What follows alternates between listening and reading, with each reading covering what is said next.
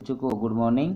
मैं आज आपको जो सी वाला पार्ट है, माध्यमिक शिक्षा बोर्ड राजस्थान के अंदर जो 2023 में 10वीं का साइंस का पेपर हुआ, उसका सी वाला पार्ट, उसमें 17 से 20 जो क्वेश्चन थे, वो 100 शब्द सीमा वाले, उनको करवा रहा हूँ आज। आप देख सकते हो यहाँ पे दीर्घ उत्तरात्मक प्रश्न बोलते हैं। दीर्घ उत्तरात्मक प्रश्न संख्या 17 से 20 के उत्तर पुस्तिका में लिखित, ये लॉन्ग आंसर टाइप है ना। पहला प्रश्न है यहाँ पे, अंडाशय में स्रावित हार्मोन का नाम तथा दो कार्य लिखिए। तो अंडाशय मादा से रिलेटेड है और इसमें दो हार्मोन होते हैं, एक तो एस्ट्रोजन होता है और एक कौन सा होता है यहाँ पर, एक प्रोजेस्ट्रॉन है ना। प्रोजेस्ट्रॉन होता है, एक तो प्रोजेस्ट्रॉन और एक तो ये लिखा हुआ एज एस्ट्रोजन और एक प्रोजेस्ट्रॉन और एक होता है रिलैक्सिन हार्मोन। तो ये रिलैक्सिन हार्मोन दो होते हैं, इसमें अंडाशय से संबंधित होते हैं। एस्ट्रोजन हार्मोन क्या करता है, मादा के अंदर द्वितीय गौण लैंगिक लक्षणों को निर्धारित करता है, जैसे कि दाढ़ी मूछ नहीं आती है, पतली आवाज़ होती है, चेहरा सुंदर होता है ना, स्तन ग्रंथियों का विकास होता है, ये सब। दूसरा, रिलैक्सिन हार्मोन क्या करता है, प्रसव के समय प्रसव को आसान बनाता है, यानी जब माँ के गर्भ में शिशु पल रहा होता है तो उसके जो जन्म होता है यानी प्रसव होता है, उस समय रिलैक्स करता है, ये आसानी से प्रसव हो जाए, इसलिए तो रिलैक्सिन हार्मोन होता है।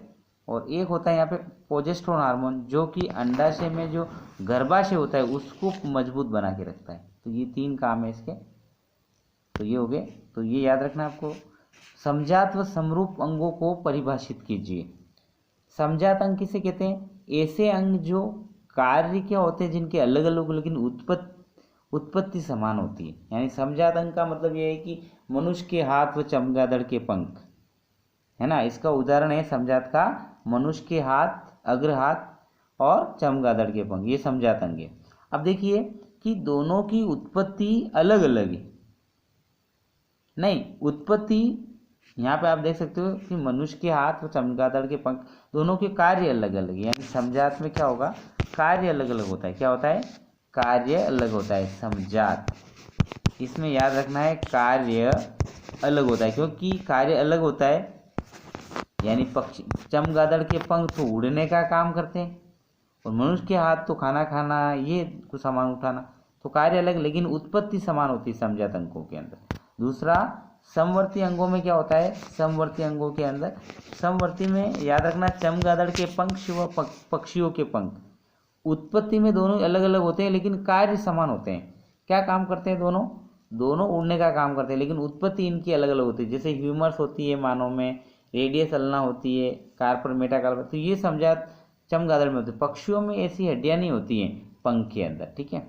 तो ये तो समजात का मतलब जिसमें कार्य अलग अलग हो, उत्पत्ति समान हो। समरूप का मतलब होता है समवर्ती, और यहाँ पे समरूप को ही समवर्ती कहते हैं। इसमें ध्यान रखना कि कार्य समान होता है लेकिन उत्पत्ति अलग अलग।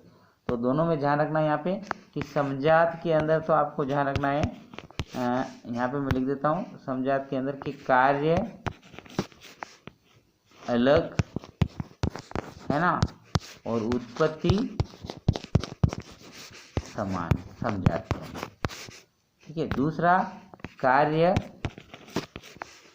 समान वो उत्पत्ति अलग अलग किसमें, समरूप के अंदर अलग, ये होता है। नेक्स्ट प्रश्न है, आप देख सकते हो 19वां, तारे टिमटिमाते क्यों प्रतीत होते हैं, समझाइए। तो तारे टिमटिमाते क्यों प्रतीत होते हैं, उसका कारण क्या है कि जब प्रकाश आकाश के अंदर बहुत सारे घनत्व की हवा होती है, यानी बहुत सारे घनत्व के वायुमंडल होते हैं, तो उन घनत्व का अलग अलग, कहीं ज़्यादा घनत्व सघन घनत्व होता है, कहीं विरल होता है।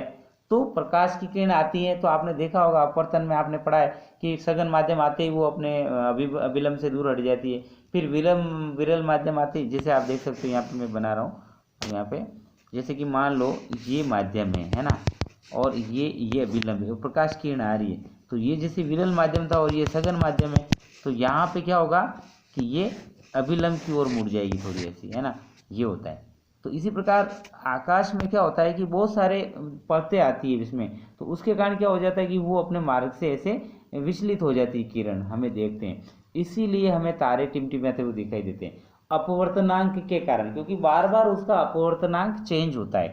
तो आप लिख सकते हो कि तारे टिमटिमाते क्यों प्रतीत होते हैं, क्योंकि आकाश के अंदर यहाँ पर बहुत सारे वायुमंडलीय परतें होती है जिनका घनत्व अलग अलग होता है, कहीं सघन घनत्व होता है, कहीं विरल होता है।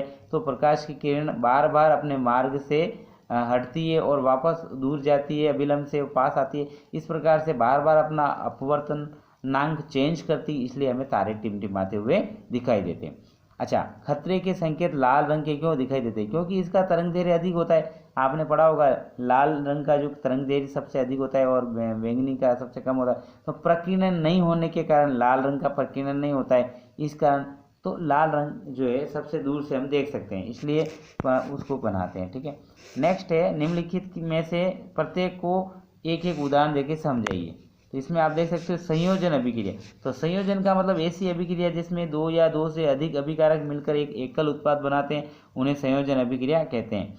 और वियोजन अभिक्रिया, तो इसमें जैसे कार्बन प्लस ऑक्सीजन अभिक्रिया हो रही है, तो क्या बन गया, CO2 बन गया। मैग्नीशियम प्लस ऑक्सीजन, तो क्या बन गया, मैग्नीशियम ऑक्साइड बन गया। ये वियोजन अभिक्रिया का क्या होगा, जिसमें वियोजन हो रहा है ना। वियोजन का मतलब क्या होगा इसमें, कि जिसमें कोई भी अभिकारक टूट रहा है और एक से एक अभिकारक है और उससे क्या बन रहे, बहुत सारे अभिकारक बन रहे। जैसे बाहर निकल गया, तो यहाँ पे तीन चीज़ें बन गई। एक ही था फेरस सल्फेट, है ना। यहाँ पे आप देख सकते हो FeSO4 था, फेरस सल्फर डाइऑक्साइड, ये है ना। तो यह देख सकते हो ऊष्मा की उपस्थिति में क्रिया होती है। ठीक है, ऊष्मा की यहाँ दो होंगे फेरस सल्फेट, है ना। और यहाँ पे क्या बनेगा, तो ये SO3 बनेगा एक SO2 बन जाएगा। क्या बनेगा, 12 नंबर के प्रश्न थे आज हमने किए, जो 100 शब्द सीमा के हैं, छोटे छोटे। आज के लिए इतना।